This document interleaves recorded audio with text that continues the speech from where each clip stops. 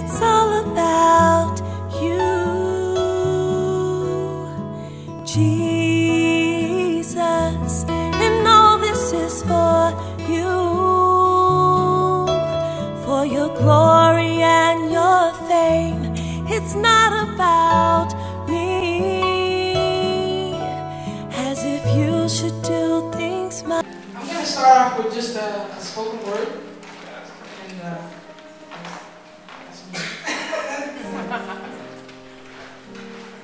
okay, here we go. Fundamentally, we equate balance with scales, justice, a 50-50, give and take, equal distribution. We often see balance as poised, ready, triple threat position, you know, where we square up to the basket. Not only are we ready and we're focused, but we just right now lift and arc and follow. We can sink the basket and score. Furthermore, ladies and gentlemen, balance is about to be rightfully given as a result of all the areas of my life being given just the right amount of care and attention. That's right. I'm a fine-tuned engine. And since I'm driving my A game, I can use all 6 cylinders of self-motivation to open up this intellectual throttle full speed ahead. Finally out in front of the pack? Yes. At long last, everything on my proverbial to-do list of this life has now been checked off. And therefore, we have achieved that.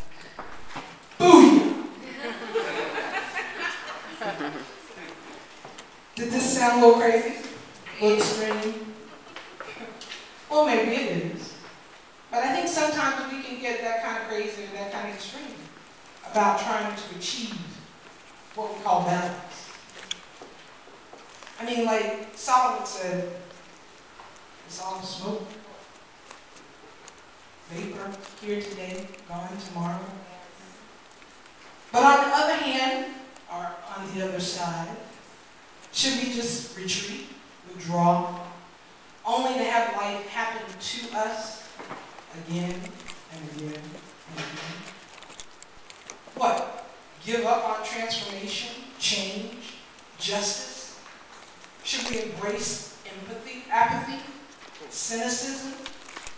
How do I know when I really have done all I can? And like they said, just stand. What about that age-old discussion of faith without works is? Why is it so hard to be still and not think I'm complacent? When do I speak up? When do I listen? How do I receive correction without being offended? When does me being a help turn into me being a stumbling block or enabling? Where is the balance of being an individual and a community? What's the difference between being assimilated versus being unified? Sometimes I want to be the follower,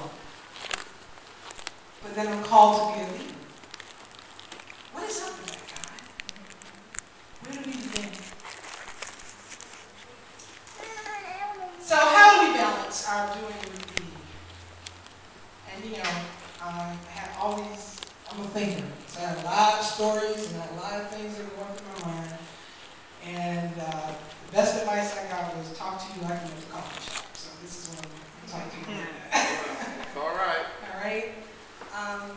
But have you ever said something and then regretted it immediately when it came out of your mouth? Yeah, all the time. And you wished and you prayed and you hoped and you begged God, please let you take it back. But it didn't happen. Right? Where's the balance in how you get your equilibrium back for having stepped over a line that you in your heart really didn't intend to step over, but you just did?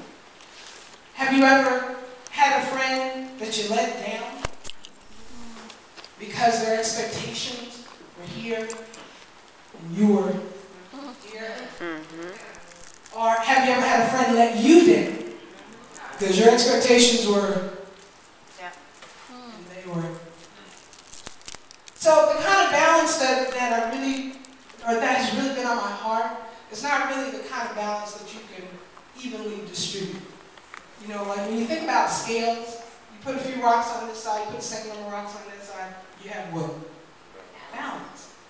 But the kind of balance that has really been on my heart is how do we balance the things that we can't see? How do we balance being a friend versus being a mentor? How do we balance being a pastor versus being a brother, which you hang in? How do we balance being a sister versus being a role of a mother? How do we balance those things? How do we balance our life? It's not so easy to say, okay, I'm going to balance the work and the school and the job and the relationships. I'm going to balance it. It's not so easy. Or at least I don't think it's so easy. It's not so easy to balance if you have a family or if you have a family at home with the community that you're committed to and you're a part of as well.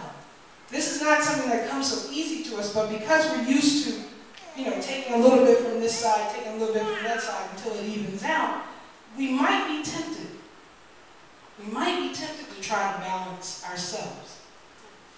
And so I'm saying let's consider that balance in that way, that type of balance. It's not something to be achieved by us, but rather what God forms with and within us. Can we agree to consider that? So the question is, how do we balance our doing with being? And that's the first thing. And immediately the first thing that came to mind was, have thine own way, Lord. Have thine own way. Thou art the potter, and I am the clay. Mold me and shape me after thy will. While I am waiting, yielded and still. So there are some conditions, but they're not conditions that we can necessarily make or that we can work for. It is what it is. Right. So in Romans, it talks about God told Moses, I'm in charge of mercy. Right. I'm in charge of compassion. Right. Compassion doesn't originate in our bleeding hearts or moral sweat, but in God's mercy. Whoa, talk about booty. It was like God was like, first, remember my sovereignty. Keep your eye on the prize, and the prize is not balance. The prize is me. And remember that clay, which is what we are, doesn't talk back to the fingers that are molding you, saying, why did you shape me this way? But we want to, and we often do. Lord, why do you make me so sensitive? Lord, why do you make me so hard?